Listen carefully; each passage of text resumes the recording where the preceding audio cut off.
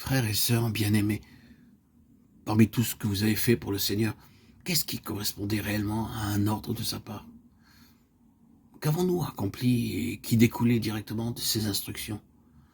N'avons-nous pas fait des choses uniquement parce qu'elles étaient bonnes?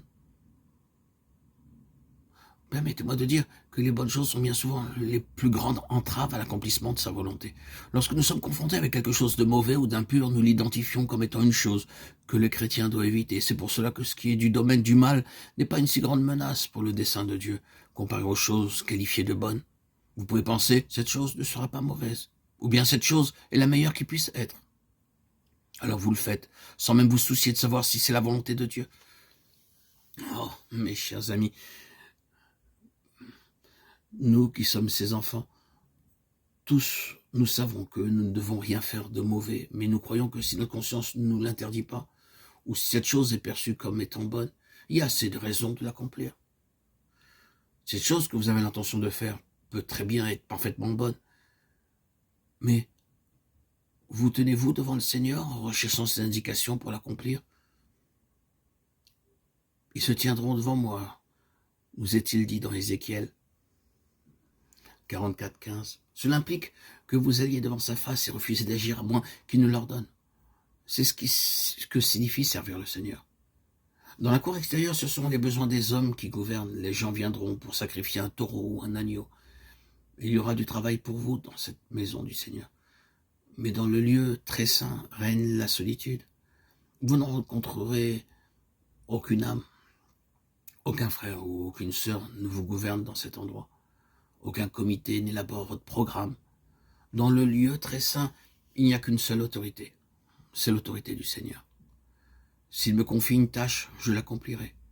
S'il ne m'en confie aucune, je n'en ferai aucune.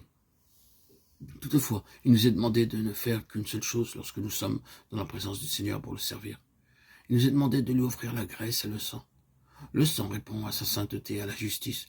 La graisse satisfait sa sainteté. Le sang traite la question de nos péchés et la graisse celle de sa satisfaction. Le sang enlève tout ce qui procède de la vieille création. La graisse introduit la nouvelle. Et cela est bien plus grand qu'une simple doctrine. Notre vie d'âme fut remise en cause lorsqu'il livra son âme jusqu'à la mort. Lorsqu'il répandit son sang éternellement incorruptible, il ne répandait pas seulement sa propre vie, il déversait toute la potentialité de la vie de l'homme naturel. Il a non seulement été confronté avec la mort, mais il est ressuscité d'entre les morts, et la vie par laquelle il la vit pour Dieu. Il vit pour la satisfaction de Dieu. Il offre la graisse et le sang. Si nous voulons servir le Seigneur, nous aussi nous devons offrir la graisse et le sang, et cela est rendu possible uniquement sur la base de ce qu'il a accompli. Et un tel ministère s'exerce dans un lieu bien précis. Ils entreront dans mon sanctuaire et s'approcheront de ma table pour me servir. Ils seront à mon service. Ézéchiel 44:16. Ce ministère s'exerce dans le sanctuaire intérieur, dans le lieu caché, et non pas dans la cour extérieure exposée aux yeux de tous.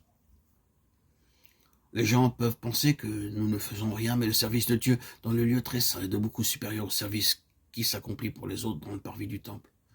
Frères et sœurs bien-aimés, apprenons ce que signifie se tenir devant le Seigneur, attendant ses ordres, accomplissant tout service sur ses seules indications, sans être gouverné par autre chose que sa seule volonté.